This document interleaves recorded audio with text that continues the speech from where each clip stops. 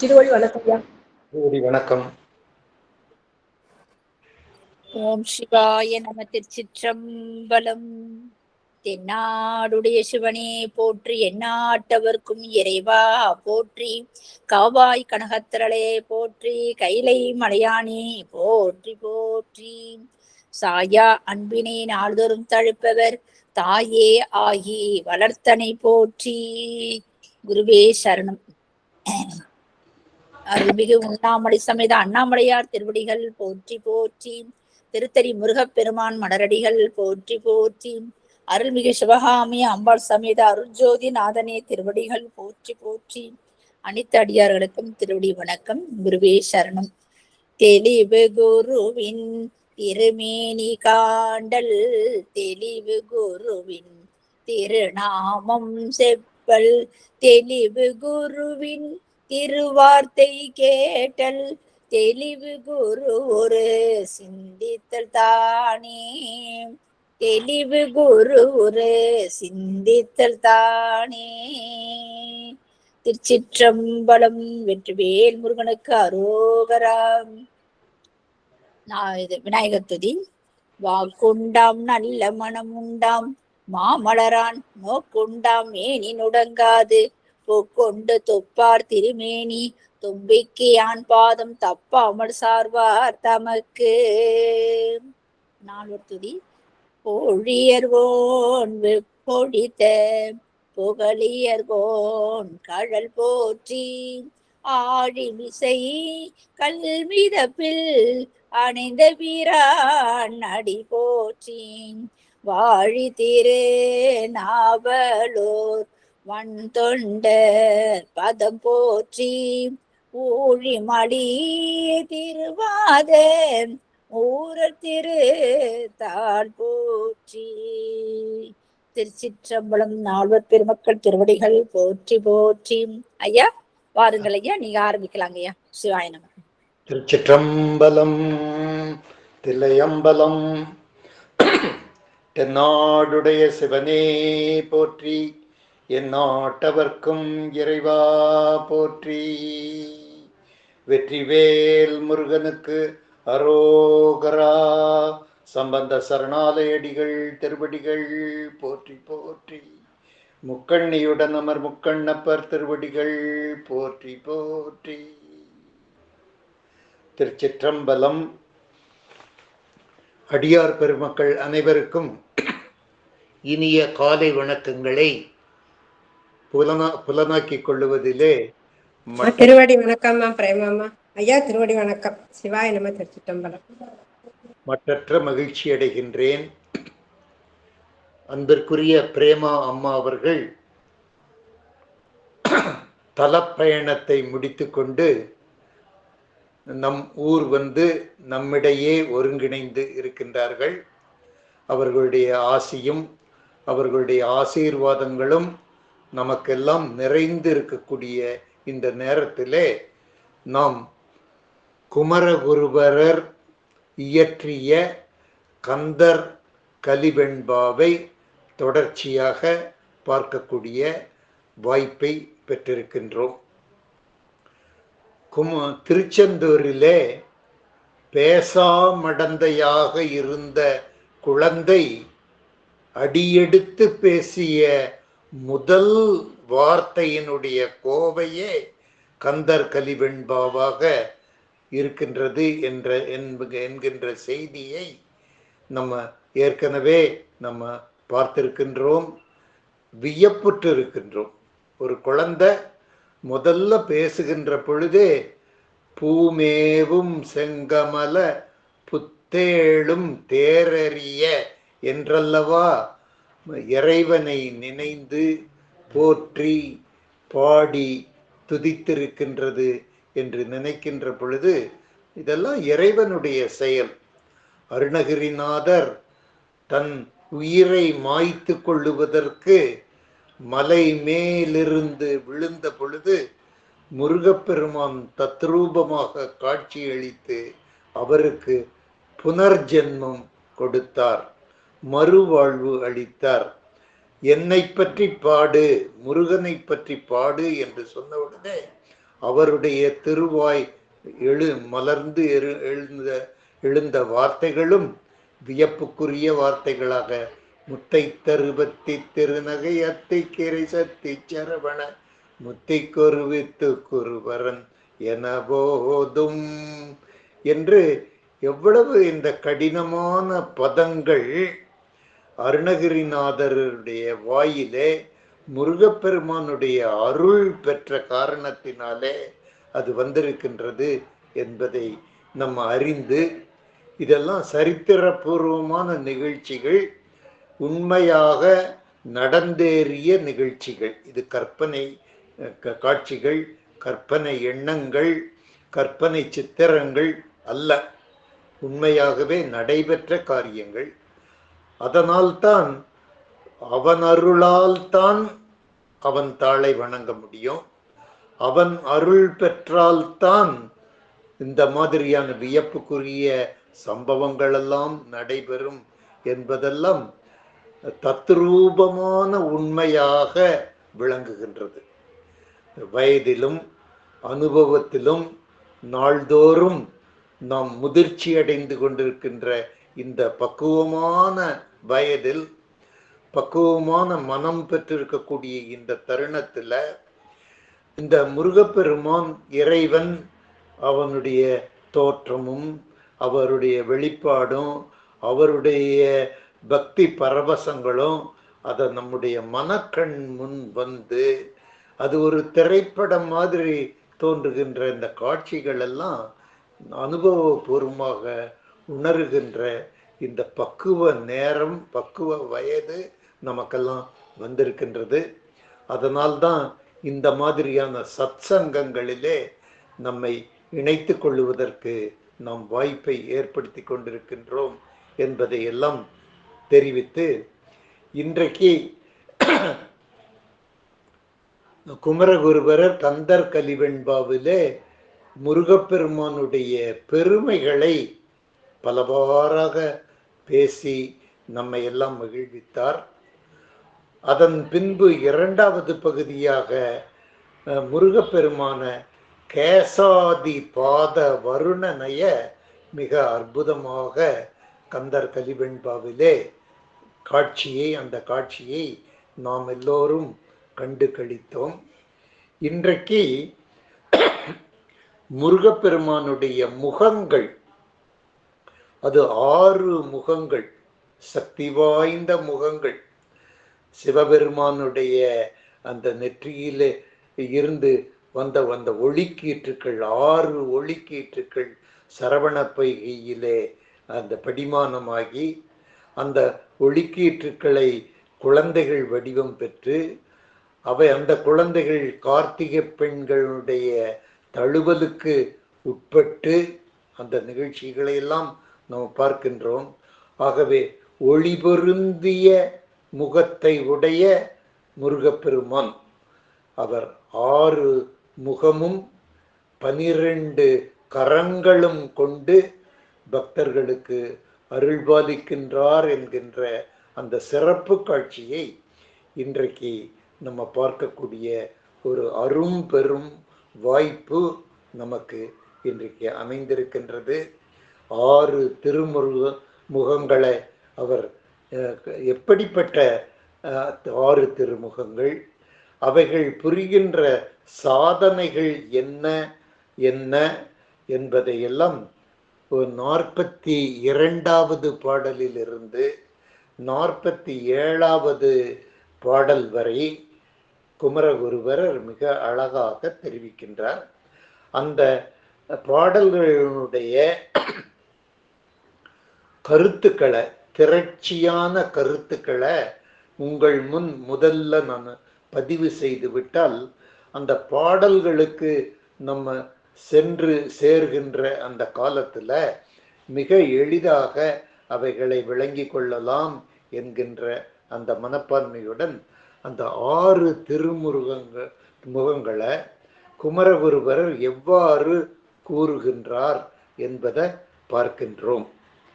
42வது பாடல்ல அசுரர்களெல்லாம் போற்றுகின்ற சூரபத்மன், சூரபத்மனுக்கு சூரபத்மன் தலைவன், அசுரர்கள் அவனுக்கு அவனுடைய ஏவலுக்கு கட்டுப்பட்டவர்கள், அவனுடைய ஆணைக்கு கட்டுப்பட்டவர்கள், அவனுடைய பேச்சை கேட்பவர்கள், அவனுக்கு கீழ்ப்படிந்து நடப்பவர்கள் அசுரர்கள்.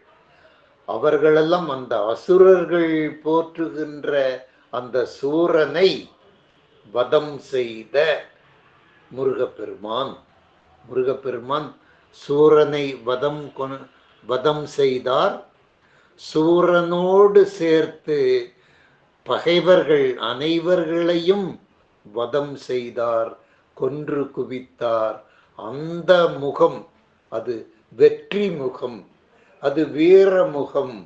அந்த முகத்துக்கு சொந்தக்காரர், அது ஒரு முகம் என்று வீரதீரத்தோடு பகைவனை வென்று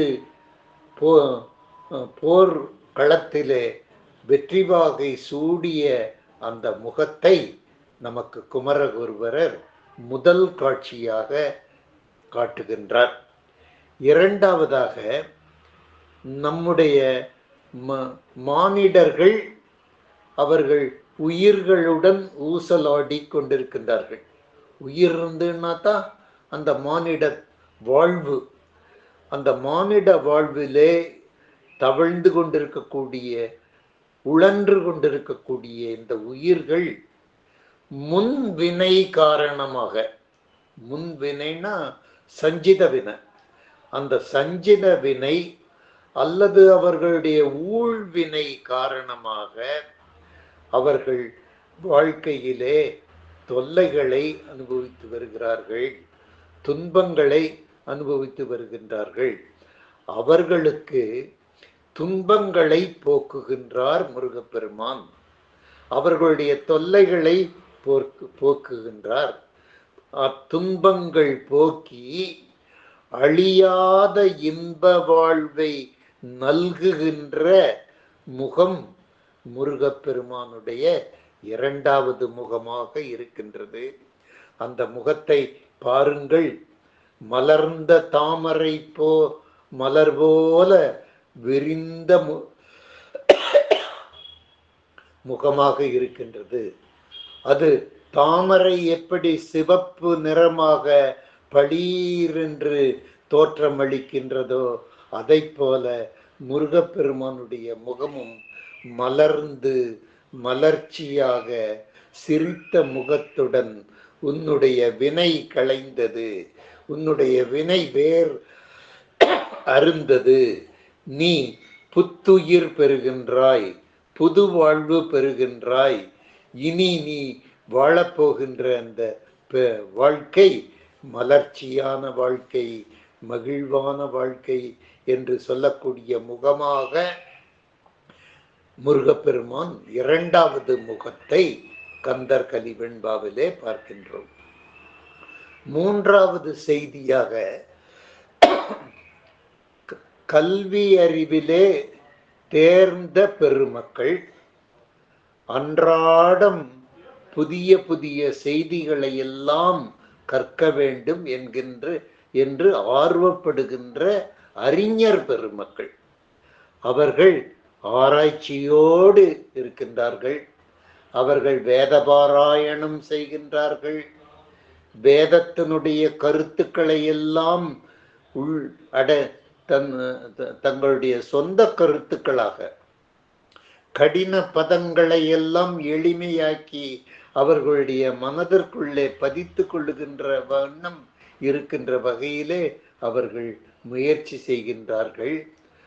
ஆகமங்களை எல்லாம் அவர்கள் உற்று நோக்குகின்றார்கள். அதுவே அவர்களுக்கு பணி. இறைவன், வேதம், ஆகமம், முயற்சி, பயிற்சி, இதுதான் அவர்களுடைய அன்றாட பணி. ஆகமங்களை அவர்கள் ஆராய்ச்சி செய்கின்ற பொழுதும், பகுத்து அறிவதற்கு முயற்சி செய்கின்ற பொழுதும் அவர்களுக்கு ஏற்படுகின்ற அந்த இடர்பாடுகள், சந்தேகங்கள், பதங்கள் தெளிவில்லாமல் இருக்கின்ற பொழுதெல்லாம் தன்னுடைய அவர்களுக்கு ஞான கண்ணை கொடுத்து அந்த ஞான ஒளி மூலமாக அந்த ஆகமங்களும் பாசுரங்களும் வேதங்களும் எளிமையான பொருள் படுவதற்கு இறைவன் முகம் பளிச்சென்று தோன்றுகின்றது. இது உண்மையான செய்தி, நாமெல்லாம் உணர்ந்து கொள்ளக்கூடிய செய்தி. பல இடங்களிலே நமக்கு சந்தேகங்கள், நம்ம பாசுரங்களை, பனுவல்களை, திருமுறைகளை படிக்கின்ற பொழுதெல்லாம் ஏற்படுகின்றது. அப்பொழுது நம்ம கண்ணை மூடிக்கொண்டு ஆராய்ச்சி பண்ணுகின்ற பொழுது நமக்கு புது புது கருத்துக்கள் எல்லாம் தோன்றி நம்மை புத்துணர்வு செய்கின்றது, பெறுகின்றோம். அதெல்லாம் எதனால ஏற்படுகின்றது என்று சொன்னால் இறைவன் கருணை அன்றி வேறு எதுவும் செய்ய முடியாது என்பதற்கு கந்தர் கலிவெண்பாவிலே குமரகுருபரர் பெற்ற முதல் அனுபவமே கண்கூடான சாட்சியாக இருக்கின்றது. முருகப்பெருமானை நினைந்து அவர்களுடைய பெற்றோர்கள் எல்லாம் உருகி உருகி வேதனையோடு அழுது இந்த குழந்தை பேசாதா என்று அவர்கள் ஏங்கி தவித்த பொழுது குழந்தை அந்த மலர்வாய் திறந்து பூங்கமல செந்து புத்தேளிர் புரியாத என்கின்ற அந்த முதல் வார்த்தையை உச்சரிக்கின்றது.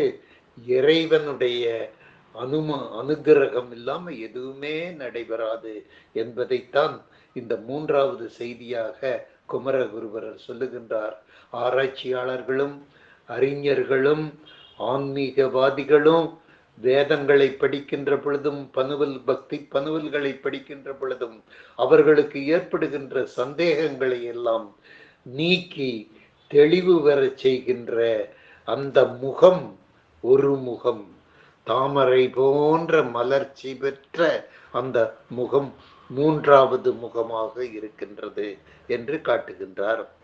நான்காவதாக சந்திரன் முழுமதி பௌர்ணமி நிலவு போல அந்த பிரகாசமாக விளங்குகின்ற அந்த சந்திரனை போன்ற முகத்தை முருகப்பெருமான் பெற்றிருக்கின்றார்.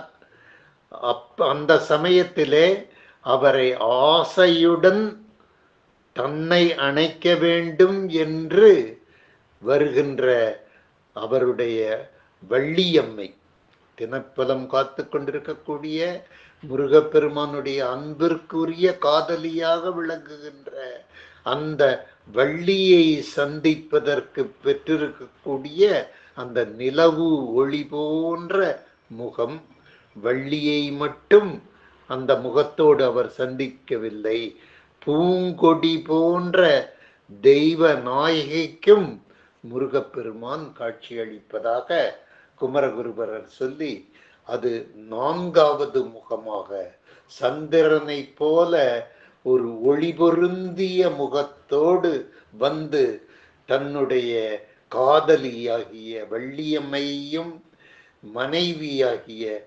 தெய்வானையும் இருவரையும் அவர் ஒருமித்த அன்போடு ஒத்த கருத்தோடு அவர் தழுவிக்கொள்ளுகின்ற அந்த முகம் நான்காவது காட்சியாக குமரகுருபரர் காட்டுகின்றார். ஐந்தாவதாக சொல்லுகின்ற பொழுது நம்ம சைவ சித்தாந்தத்திலே பதி பசு பாசம், இந்த சித்தாந்த கருத்து நமக்கு எல்லாத்துக்கும் நல்லா தெரியும். பதியை அடைய வேண்டும் என்று நாமெல்லாம் பக்தர்களாகிய நாமெல்லாம், பதி என்பது இறைவனுடைய திருப்பாதம், கமல பாதங்கள், இறைவனுடைய திருவடியை அடைய வேண்டும் என்பதுதான் நம்முடைய குறிக்கோள். யார் அடைய வேண்டும் அப்படின்னு முயற்சி பண்றாங்கன்னா இந்த பசு என்கின்ற உயிர் முயற்சி பண்ணுகின்றது. அந்த முயற்சிக்கு எது தடையாக இருக்கின்றது என்று சொன்னால் பாசம் தடையாக இருக்கின்றது. அந்த பதி பசு பாசம், அந்த பாசம் என்கின்ற ஆணவம், பாசம் என்கின்ற ஆசை, பாசம் என்கின்ற அந்த இருள் நீங்குவதற்கு உறுதுணையாக விளங்குகின்ற முகம் 6 முகங்களிலே ஒரு முகம், அது திருமுகம்.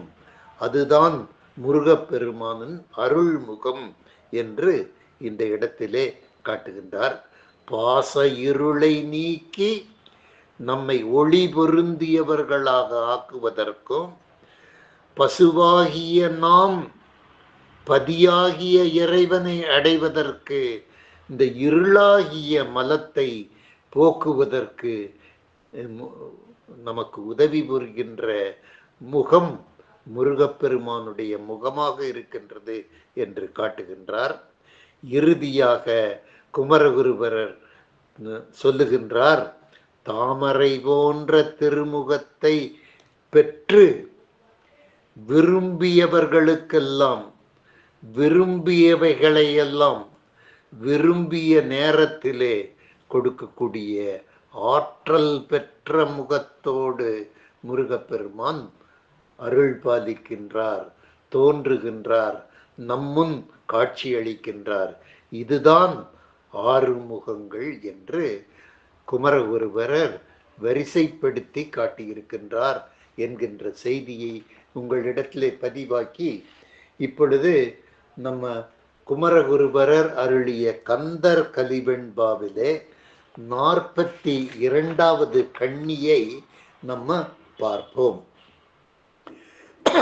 6 திருமுக சிறப்பு என்பது தலைப்பு.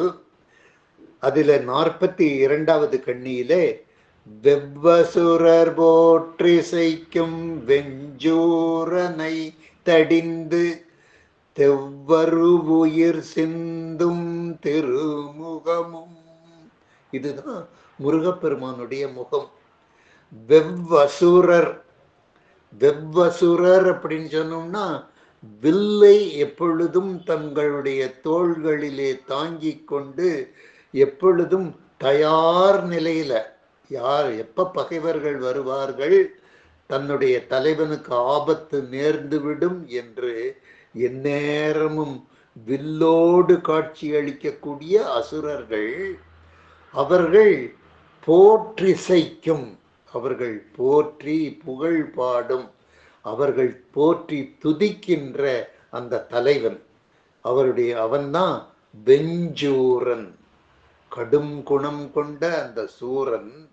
அந்த சூரனையே தடிந்து கொல்லுகின்றார். யார் கொல்லுகின்றார்? முருகப்பெருமான் அந்த போரிலே கொன்று விடுகிறார்.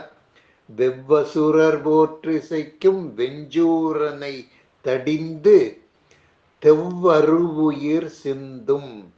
பகைவர்களையெல்லாம், தெவ்வுனா பகைவர் அப்படின்னு அர்த்தம், பகைவர்களுடைய உயிர்களை எல்லாம் குடித்து, பகைவர்களை எல்லாம் தோற்கடித்து, சூரனை தோற்கடித்து, சூரனை சார்ந்த பகைவர்களை எல்லாம் தோற்கடித்து வெற்றி முகமாக காட்சியளிக்கும் முருகப்பெருமான் வீரமுகமாக காட்சியளிக்கின்ற சிந்தும் திருமுகமும். வெவ்வசுரர் போற்றிசைக்கும் வெஞ்சூரனை தடிந்து தெவ்வருவுயிர் சிந்தும் திருமுகமும் என்ற ஒரு முகத்தை காட்டியிருக்கின்றார். எவ்வுயிர்க்கும் ஊழ்வினையை மாற்றி உலவாத பேரின்ப வாழ்வு தரும் செய்ய மலர்முகமும். செய்ய என்று சொன்னால் சிவப்பு நிறமான பளீர் என்று அந்த சிவந்த முகமாக இருக்கின்றது. சிவப்பு என்பது மலர்ச்சி என்று பொருள் தருகின்றது. அவர் பேரின்ப வாழ்வு தருகின்றவராக இருக்கின்றார். எப்படிப்பட்ட பேரின்ப வாழ்வு அப்படின்னு சொன்னோம்னா, ஊழ்வினையோடு உழன்று கொண்டிருக்கக்கூடிய இந்த உயிர்களுடைய அந்த வினைகளை எல்லாம் களைந்து நமக்கு நீக்கமர நிறைந்திருக்கக்கூடிய அன்பை கொடுக்கக்கூடிய அந்த முகத்தை பெற்ற முருகப்பெருமான். சூழ்வோர் வடிக்கும் பழமறைகள் ஆகமங்கள் யாவும் முடிக்கும் கமல முகமும் என்று சொல்லுகின்றார். ஆன்றோர்களும் ஆன்மீக சான்றோர்களும் ஆகமங்களை படிக்கின்றார்கள், பல மறைகளை படிக்கின்றார்கள், வேதங்களை படிக்கின்றார்கள்.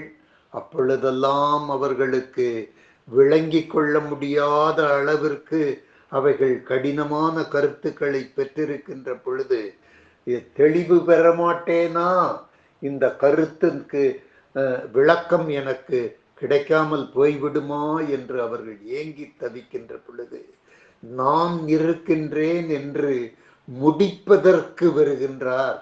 முடிக்கும் முடிக்கும் என்று சொன்னால் அந்த இடர்பாடுகளை எல்லாம் தீர்க்கின்ற கமலமுகமாக விளங்குகின்றார். கமலம் என்று சொன்னால் தாமரை, தாமரை முகத்தோடு, கவர்ச்சிகரமான முகத்தோடு, கமல முகத்தோடு இன்புற வந்து அறிஞர் பெருமக்களுடைய இன்னல் சந்தேகங்களை எல்லாம் களைந்து அவர்கள் வேத ஆகமத்திலும் பக்தி பனுவல்களிலும் அவர்கள் சுலபமாக புரிந்து கொண்டு பாராயணம் செய்வதற்கு வழிகாட்டுகின்ற முகம் ஒரு முகமாக இருக்கின்றது என்று காட்டுகின்றார். விடுத்தகலா விடுத்தகலா பாச விருள் துறந்து பல்கதிரில் சோதிவிடும் வாசமலர்வதன மண்டலமும் என்பது அடுத்தது. விடுத்து அகலாத என்றால் விட்டு நீங்காத. எது விட்டு நீங்காம இருக்குது? பிறந்ததிலிருந்து ஃப்ரம் கிரேடில் டு கிரேவ் அப்படின்னு சொல்றாங்க.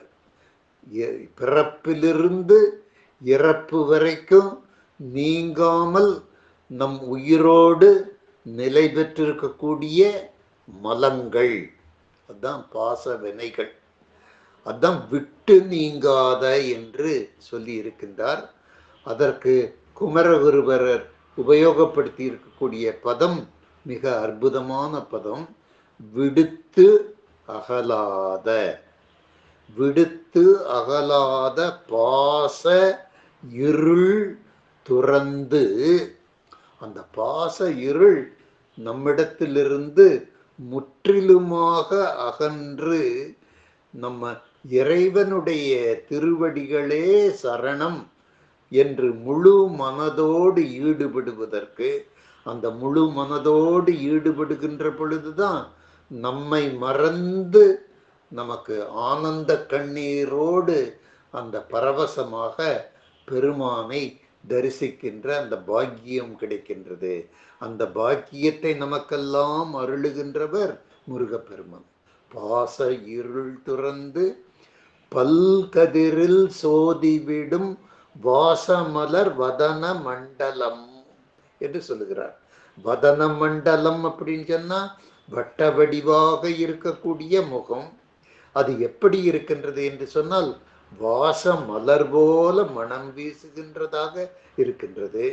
அது எவ்வளவு ஒளி மிகுந்த முகமாக இருக்கின்றது அப்படின்னு சொன்னா பல்கதிரில் சோதிவிடும் என்று சொல்லுகின்றார்.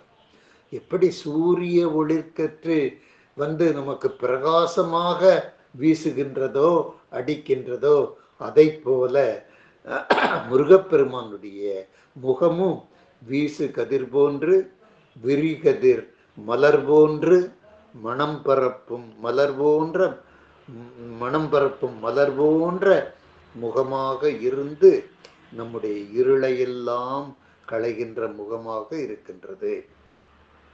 நேசமுடன் போகமுறும் வள்ளிக்கும் புத்தேளிர் பூங்கொடிக்கும் மோகமளிக்கும் முகமதியும். அடுத்த முகம் நேசமுடன் போகமுறும் காதல் கொள்ளுகின்ற வள்ளி. எப்பொழுது முருகப்பெருமான் வருவார் என்று ஆவலுடன் காத்திருந்து அவரை அணைக்க காத்திருக்கின்ற அந்த வள்ளிக்கும் புத்தேளிர் பூங்கொடிக்கும், புத்தேளிர் பூங்கொடி போன்று விளங்குகின்ற அந்த தெய்வ யானைக்கும் மோகம் அளிக்கும், மோகம் அளிக்கும்னா ஆசையோடு அணைத்து கொள்ளுகின்ற முகம் ஒரு முகமாக இருக்கின்றது என்று காட்டுகின்றார். நேசமுடன் போகமுறும் வள்ளிக்கும் புத்தேளிர் பூங்கொடிக்கும் மோகமளிக்கும் முகமதியும் என்று காட்டி இறுதியாக தாகமுடன் வந்தடியில் சேர்ந்தோர் மகிழ வரம்பலவும் தந்தருளும் தெய்வ முகத் தாமரையும் என்று முடிக்கின்றார். தாகமுடன் அப்படின்னு சொன்னா என்ன அர்த்தம்னா, நம்மெல்லாம் அருள் தாகத்தோடு இருக்கின்றோம். எப்பொழுது முருகப்பெருமானுடைய பார்வை, அருள் பார்வை நம்மீது படியும் என்று நம்ம சதாகாலம் ஏங்கிக் கொண்டிருக்கின்றோம். இந்த உயிர்களாகிய நாம், இந்த சகலர்களாகிய நாம், இந்த பூவுலகிலே வாழுகின்ற மானுடர்களாகிய நாம் தாகமுடன் இருக்கின்றோம். தாகமுடன் வந்து அடியில் சேர்ந்தோர், முருகப்பெருமானே தஞ்சம் அப்படின்னு வந்து சேர்ந்தவர்களுக்கெல்லாம் மகிழ்ச்சி, மகிழ மகிழ்ச்சியை கொடுத்து வரம் பலவும் தந்தருளும், அவர்கள் வேண்டுகின்ற வரத்தை வேண்டியவாறு வேண்டிய போதெல்லாம் தருகின்றதற்கு தயாராக இருக்கக்கூடிய முருகப்பெரும் வரம் பலவும் தந்தருளும் தெய்வமுகத் தாமரையும் என்று இந்த 6 திருமுகங்களை மிக அற்புதமான கவிதை வடிவிலே, கண்ணி வடிவிலே இந்த குமரகுருபர குழந்தை நமக்கு காட்சியளிப்பதை, காட்சிப்படுத்தியுள்ளதை கண்டு நம்மெல்லாம் பக்தி பரவசத்தோடு திகழுவதற்கு ஒரு அனுபவத்தை நம்ம பெற்றிருக்கின்றோம் என்பதை நான் மகிழ்ச்சியோடு தெரிவித்துக் கொண்டு, அடுத்த வர்ணனையாக 12 தோள்களுக்கு சொந்தக்காரர் மானுடர்களாகிய நாம் 2 தோள்களை பெற்றிருக்கின்றோம். பரமபிதாவாக வீற்றிருக்கக்கூடிய முருகப்பெருமான் 6 கரங்களும் 12 கரங்களும் 6 முகம், 12 கரங்கள், 12 தோள்களை பெற்றிருக்கின்றார். அந்த தோள் பலம், ஆள் பலம், தோள் பலம். ஒரு ஆளுடைய பலமே எதில் இருக்குது அப்படின்னு சொன்னா அவருடைய தோளில் தான் இருக்குது அப்படின்னு சொல்லுகின்றார்கள். அந்த தோள்கள் எப்படிப்பட்ட பலம் பொருந்தியவை என்பதை 12 தோள்கள் என்ற வடிவத்திலே, என்ற தலைப்பிலே குமரகுருபரர் காட்டியிருக்கின்றார். அது ஒரே ஒரு கண்ணியிலே அது முடிக்கின்ற காரணத்தினால அதை இப்ப நம்ம பார்க்கிறோம். கொன்வேரி கடம்பும் விரைக்குறவும் பூத்தலர்ந்த பாரபுய சயிலம் 12. எப்படிப்பட்ட தோள்கள்னா, பாரபுய சயிலம். சயிலம் அப்படின்னு சொன்னோம்னா உயரமான மலை, பலம் பொருந்திய மலை. அந்த மலையில என்ன இருக்குது அப்படின்னு சொன்னா, வறண்டு போன மலை இல்லை, அது மொட்டத்தல மலை இல்லை. அந்த மலையில என்ன அருமையான காட்சி இருக்கின்றதுன்னா, கொன்வேரி, விரிந்த கடம்ப மலர்கள். வேரி கடம்பம் அப்படின்னு சொன்னா விரிந்திருக்கக்கூடிய கடம்ப மலர்களும், மனம் பொருந்திய குறவு மலர்களும், இந்த கடம்ப பூவும் குறாமலர்களும் பூத்து அலர்ந்த பார புய சயிலம் என்று சொல்லுகின்றார். அந்த சயிலம் எப்படி கெட்டியாகவும் வீரமாகவும் அசையாமலும் இருக்கிறதோ, அதை போல வீரம் மிக்க தோள்களை பெற்றிருக்கக்கூடிய முருகப்பெருமானாக இருக்கின்றார். 12 தோள்களுக்கு சொந்தக்காரராக இருக்கின்றார் என்று இந்த 12 தோள்களை பற்றி சொன்னவர் அடுத்தபடியாக முருகப்பெருமானுடைய 12 திருக்கரங்களினுடைய சிறப்பை பற்றி சொல்லி இருக்கின்றார். 48வது கண்ணியில 49வது கண்ணியில ஆரம்பித்து 53வது கண்ணி வரை இந்த 12 திருக்கரங்களினுடைய சிறப்பை பற்றி மிக அற்புதமாக கூறியிருக்கின்றார். அந்த அந்த 12 திருக்கரங்களையும் நம்ம இப்பொழுது அந்த திரண்ட கருத்தாக இப்ப நம்ம ஒவ்வொன்றாக நம்ம பார்க்கலாம். அதற்கு பின்பு பாடலுக்கு நம்ம சென்று அந்த பாடலினுடைய சிறப்பை பார்க்கலாம். முதல் கரம் தேவர்களுக்கு அமுதம் அளிக்கும் திருக்கை. ஒவ்வொன்றாக நம்ம வரிசைப்படுத்தி கொண்டே வருகின்றோம். முதல் கரம் இறைவன் முருகப்பெருமான் தேவர்களுக்கெல்லாம் அமுதம் அளித்து அவர்களையெல்லாம் நீக்கமற்ற வாழ்வு பெறுவதற்கு, நிம்மதியான வாழ்வு பெறுவதற்கு, என்றும் சிரஞ்சீவியாக அவர்கள் வாழ்வதற்கு அவர் வழிகோலுகின்ற கைகளை பெற்றிருக்கின்றார். தேவர்களுக்கு அமுதம் அளிக்கும் திருக்கை ஒன்று. தெய்வ பெண்கள் விரும்பி தழுவினார்கள், அவர்களை அன்பொழுக தழுவுகின்ற திருக்கை, அது 2வது கை. தெய்வ பெண்கள் சொர்க்கலோகத்திலே தேவலோகத்திலே இருக்கக்கூடிய தெய்வ பெண்கள் எல்லாம் முருகப்பெருமானை வரவேற்று அவரை ஆறத் தழுவுகின்ற பொழுது அவர்களை அன்பொழுக தழுவுகின்ற கரம் பெற்றிருக்கின்றார் முருகர். அது 2வது வர்ணனையாக இருக்கின்றது. அது 2வது கரம் என்றும் நம்ம கொள்ளலாம். 3வதாக மழை, வான்மழை வளாது பெய்ய வேண்டும். வான் பொய்த்து விட்டால் நம்முடைய வாழ்க்கையெல்லாம் பொய்த்து போய்விடும். வான்மழை வளாது பெய்வதற்கு, அந்த பருவமழை பருவகாலத்திலே பொழிவதற்கு அந்த ஆணையிடுகின்ற அந்த அருள் கரங்கள் முருகப்பெருமானுடைய திருக்கரங்கள். அது 3வது வர்ணனையாக இருக்கின்றது. 4வதாக பூ மாலையை தன் திருமார்பிலே பொருந்த அணிந்த மாலையை சூட்டுகின்றார்கள். அந்த மாலை ஏசகோசலாக அங்கொன்றும் இங்கொன்றுமாக இருக்கின்றது. அந்த மாலைய சரியான முறையிலே சூட்டுகின்றதற்கு கைகளை எடுத்து வைக்கின்ற அந்த முருகப்பெருமானுடைய கை, அது 4வது கை என்று காட்டுகின்றார். 5வதாக மார்பின் மீது வைத்திருக்கின்ற கை. 6வதாக இடுப்பின் மீது வைத்திருக்கக்கூடிய கை. 7வதாக தொடையின் மீது வைத்திருக்கக்கூடிய கை. முருகப்பெருமானுடைய கைகள், கரங்கள் சாதாரணமான கரங்கள் இல்லை. பலம் பொருந்திய கரங்கள், அருள் பாலிக்கும் கரங்கள்.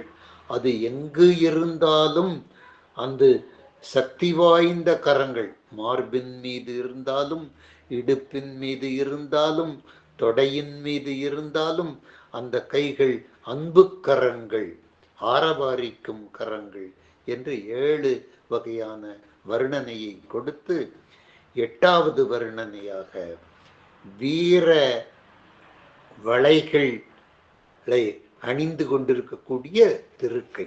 அவருடைய கை முழு என்று சும்மா இருக்கக்கூடிய கை இல்ல, வீர வளைகளை அணிந்து கொண்டிருக்கக்கூடிய கைகளாக விளங்குகின்றன. ரத்தினங்கள், மாணிக்கங்கள் பொருந்திய அணிகலன்களை அணிந்து கொண்டிருக்கக்கூடிய கை ஒரு கையாக, வளைகளை கொண்ட கை ஒரு கை, ரத்தின மணிகளை கோர்த்து கட்டிய வளைகளை உடைய அணிகலன்களை உடைய கை ஒரு கை என்று 9வது வர்ணனையாக சொல்லி 10வது வர்ணனையாக கோபத்தோடு அங்குசத்தை எடுத்து போருக்கு செல்லுகின்ற ஒரு கை.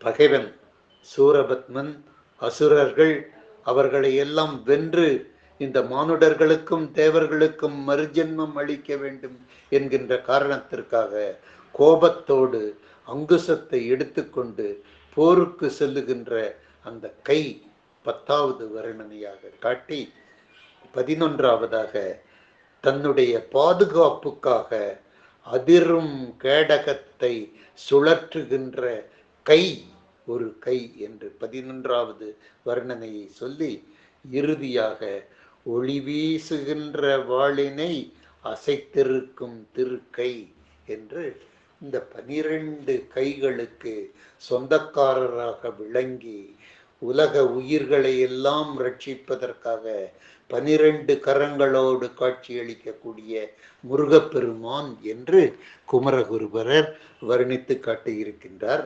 இந்த 12 வர்ணனைகளையும் இப்பொழுது நம்ம பாடல் வழியாக நம்ம பார்ப்பதற்கு முயற்சி செய்வோம்.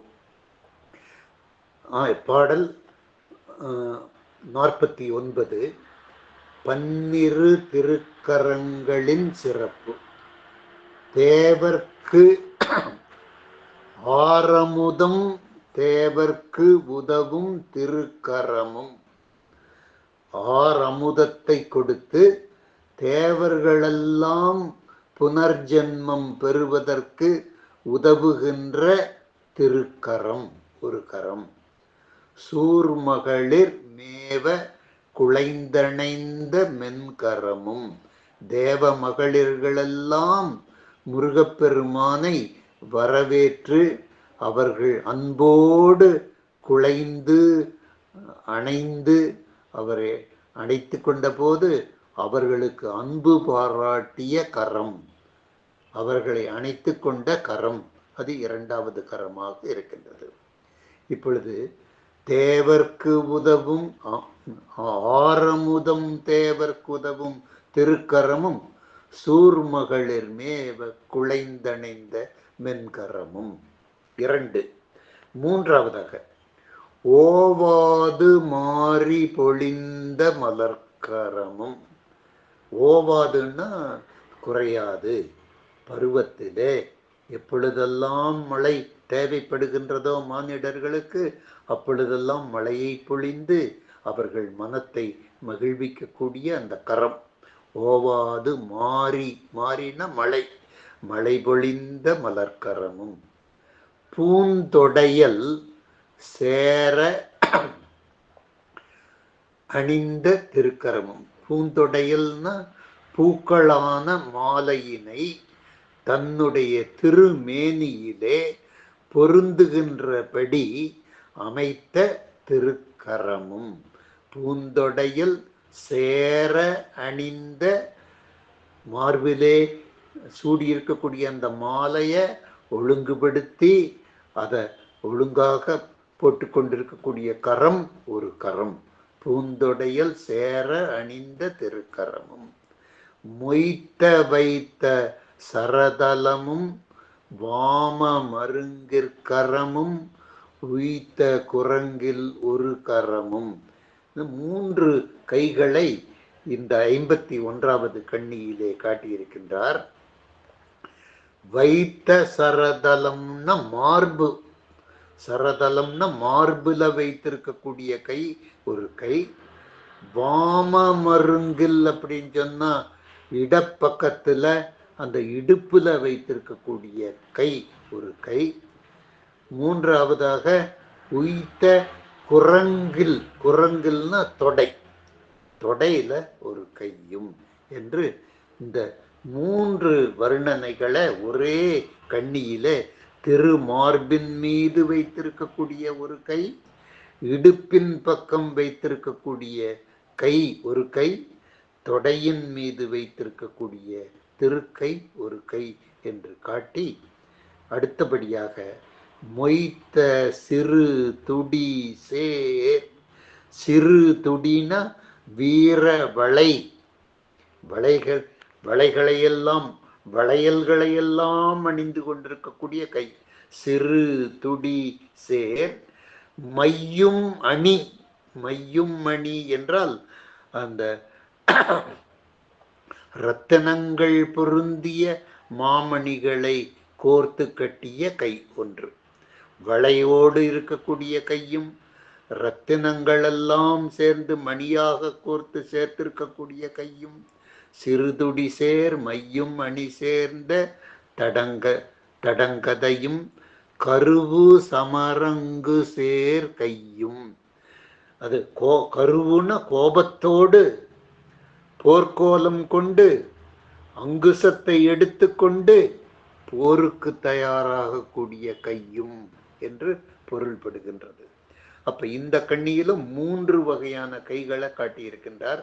சிறுதுடி சேர் என்பது வளையோடு கூடிய கை, மையும் அணி சேர்ந்த என்கின்றது அந்த இரத்தினங்கள் கோர்த்து மணியாக கட்டியிருக்கக்கூடிய கை ஒரு கை, தடங்கதையும், கருவு சமரங்கு சேர்க்கையும், கோபத்தோடு வாளை அங்குசத்தை எடுத்துக்கொண்டு போருக்கு தயார் நிலையில் இருக்கக்கூடிய கை ஒரு கை என இந்த 3 வர்ணனைகளை இந்த கண்ணியிலே பார்க்கின்றோம். திருபோர் அதிர்கேடகம் சுழற்றும் அங்கை அங்கை தத்தலமும் கதிர்வாழ் விதிர்க்கும் கரமும் என்று 2 வர்ணனை. தெருபோர் பகைவரை அளிக்கும்படியான சண்டை. அந்த சண்டையில பாதுகாப்புக்காக அதிரும் கேடகத்தை சுழற்றுகின்ற அழகிய திருக்கையை பெற்றிருக்கின்றார். அதிர் கேடகம் சுழற்றும் அங்கை. அடுத்தது தலமும் கதிர்வாழ் விதிர்க்கும் கரமும், ஒளி வீசுகின்ற வாளினை அசைக்கும் திருக்கையும் ஆகிய 12 கைகளை பெற்று முருகப்பெருமான் காட்சியளிக்கின்றார் என்கின்ற காட்சியை குமரகுருபரர் மிக அழகாக தன்னுடைய கந்தர் கலிவெண்பாவிலே முருகப்பெருமானுடைய சிறப்புகளை பேசுகின்ற பொழுது இப்படியெல்லாம் நமக்கு அவருடைய கேசாதிபாத வர்ணனையை காட்டினார்.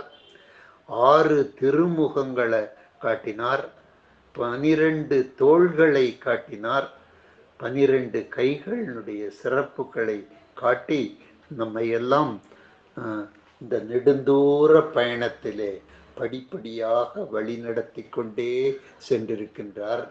இந்த கரங்களும் தோள்களும் கால்களும் நமக்கு பலம் பொருந்தியதாக எப்பொழுதும் இருக்க வேண்டும் என்பதுதான் நம்முடைய பிரார்த்தனை. பெருமானே, என்னுடைய கால் கைகள் என்றும் இயங்கக்கூடிய வகையிலே எனக்கு இருக்க வேண்டும் என்றுதான் அந்த வயதான காலத்திலே நம்மெல்லாம் இறைவனை பிரார்த்தித்து கொண்டு இருக்கின்றோம்.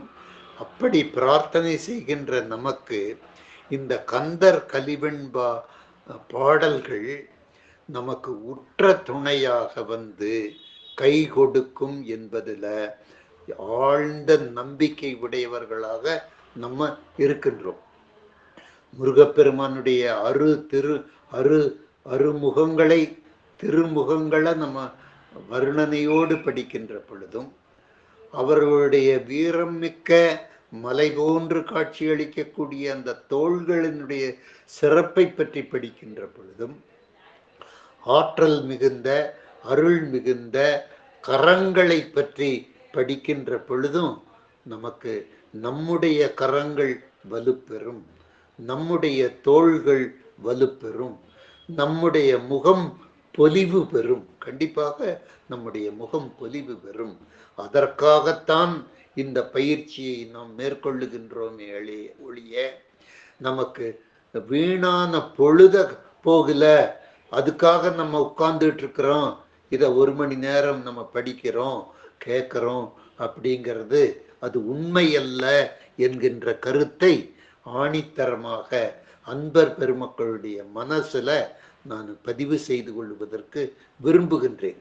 ஏனென்று சொன்னால், இந்த கந்தர் கலிவெண்பா ஒரு உண்மை சம்பவத்தை அடிப்படையாக வைத்து உருவான ஒரு பதிகம். கந்தர் கலிவெண்ப உண்மை சம்பவத்தினுடைய அடிப்படையில பேசாம ஊமையா 5 வருஷம் இருந்த அந்த குழந்தை திடீர்னு பேசுது. அது திடீர்னு ஒரு கடினமான பாடல், அந்த கன்னிகளை கோர்த்து பாடக்கூடிய சிறப்பான பாடல்களை பாடுது அப்படின்னு சொன்னா இது சாதாரணமான நடக்கக்கூடிய விஷயமா? அந்த திருஞான சம்பந்தருக்கு இறைவனை பார்த்தவுடனே தோடுடைய செவியன் விடையேறு செல்வன், அது எல்லாத்துக்கும் நம்மளுக்கு தெரிந்த பாடல் தான். தோடுடைய செவியன் விடையேறிவோர் தூவன் மதிசூடி காடுடைய சுடலை பொடி பூசியன் உள்ளம் கவர் கள்வன் ஏடுடைய மலராம் என்னை நாள் பணிந்தேத்த பீடுடைய பெருமான் பெருமாபுரம் மேவிய பனே என்று சொல்லுகின்ற பொழுது ஞான சம்பந்த பெருமானுடைய அந்த 3 வயது குழந்தை அந்த மாதிரியான ஒரு அற்புதமாக இறைவனை உள்ளம் கவர் கள்வன் என்று சிவபெருமான கூப்பிட்ட அந்த காட்சியெல்லாம் நம்ம நினைந்து பார்க்கின்ற பொழுது, இந்த பாசுரங்களை படிக்கின்ற பொழுது நம்முடைய கரங்கள் வலுப்பெறும், நம்முடைய தோள்கள் வலுப்பெறும், நம்முடைய முகம் பொலிவு பெறும்.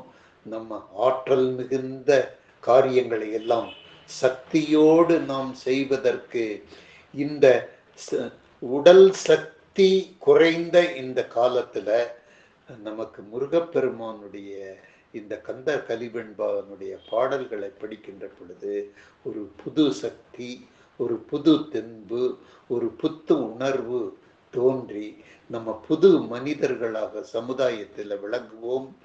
பயனுள்ள காரியங்களை செய்து கொண்டே இருப்போம்.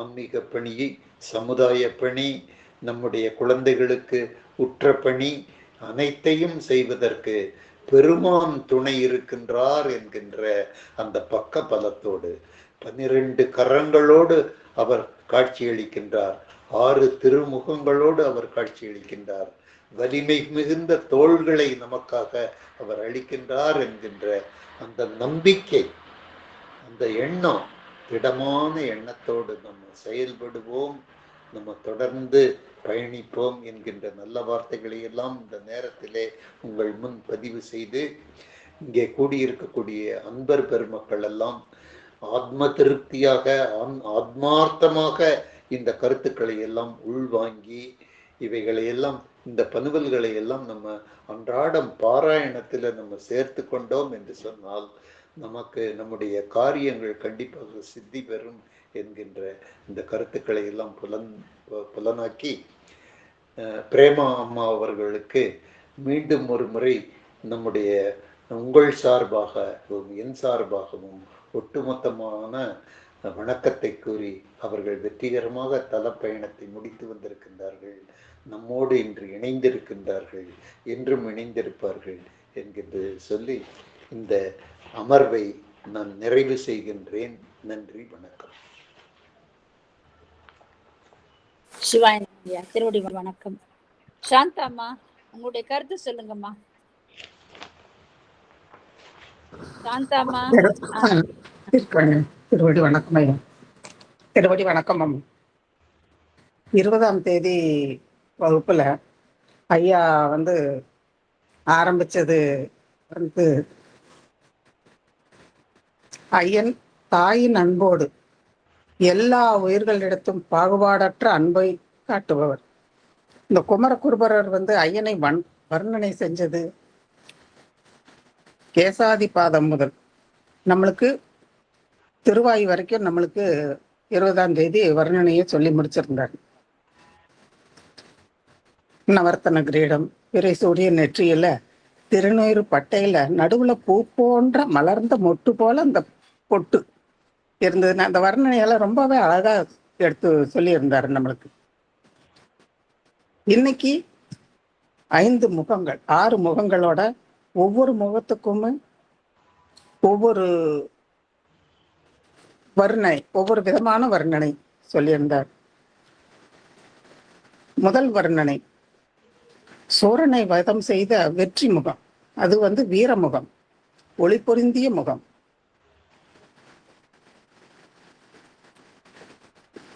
இரண்டாவது முகம் தாமரை மலர் போல சிரித்த மலர்ந்த முகம். மூன்றாவது முகம் இடர்பாடுகளை எல்லாம், சந்தேகங்களை எல்லாம் நீக்கும் வேத ஆகமங்கள் முயற்சியுடன் பயிற்சி செய்த வேதங்கள் படிக்கின்ற பண்டிதர்களுடைய இடர்பாடுகளையும் சந்தேகங்களையும் நீக்கும் ஞான முகம் மூன்றாவது முகம். நான்காவது வள்ளியம்மைக்கும் தெய்வானை அம்மைக்கும் அன்போடும் பார்க்கின்ற சந்திரனை போன்ற அழகான முகம்.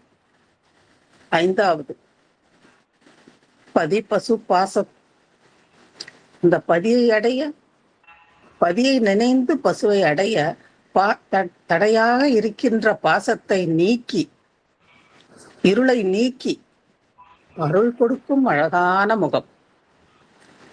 ஆறாவது முகம் விரும்பியவருக்கு விரும்பியதை கொடுக்கும், நம் கேட்டவர்களுக்கு கேட்டதையெல்லாம் கொடுக்கும், நினைத்ததையெல்லாம் கொடுக்கும், கேட்டவை அல்லாமல் நினைத்ததையெல்லாம் கொடுக்கும் அருள்முகம் ஆறாவது முகம்.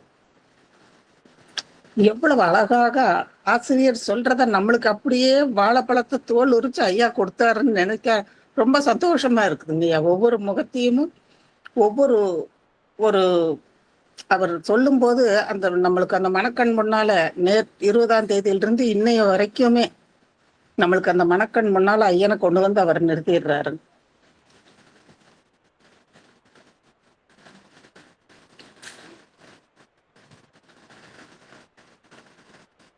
ஆமா, மன்னிக்கணுங்கம்மா. இது முகத்தை சொன்னீங்க, கரங்கள்ல சொல்லலைங்க. ஆமா, முகம் மட்டும் சொன்னீங்க, கரங்கள் சொல்லலையே. அவர் கை எந்தெந்த இடத்துல இருக்கு, என்னென்ன அருள் புரியுது, இதெல்லாம் சொல்லணும்ல. ஆமா, அதுக்கு நீங்க சொல்லணுங்க மதியா. ஏன்னா நீங்க தான் எங்களுக்கு அருள் கொடுத்தீங்க. முதல்ல நீங்க கொடுத்தீங்க, அப்புறம் ஐயா கொடுத்துருக்கிறாரு. அதனால நீங்க சொல்லணும் அது எங்களுக்கு. திருவடி வணக்கம். இப்படியே தட்டி கழிக்கலாம்னு பாக்குறீங்களா? அல்லங்கம்மா, நீங்க சொன்னா அது தனியா இருக்கும், நாம சொன்னா ஒப்பு வைக்கிற மாதிரி இருக்கும். அதுக்கு நான் சொல்றேன், மன்னிக்கணும். புது அடியார ஒருத்தர் வந்திருக்காங்க, நம்ம கே திலகம்ன்ற ஐடியில இருக்கிறவங்க. ஐயா பேசலாமே? ஐயா நீங்க வாங்க, ஒரு வார்த்தை பேசலாம். எப்படி இருந்தது? வாழ்க வளமுடன். நான் இப்பதான் புதுசா சாயின் பண்ணிருக்கேம்மா. நல்லா இருக்குதுமா கேட்க கேட்க. வாழ்க வளமுடன். சிவாய நமக. திருவடி வணக்கம் அம்மா.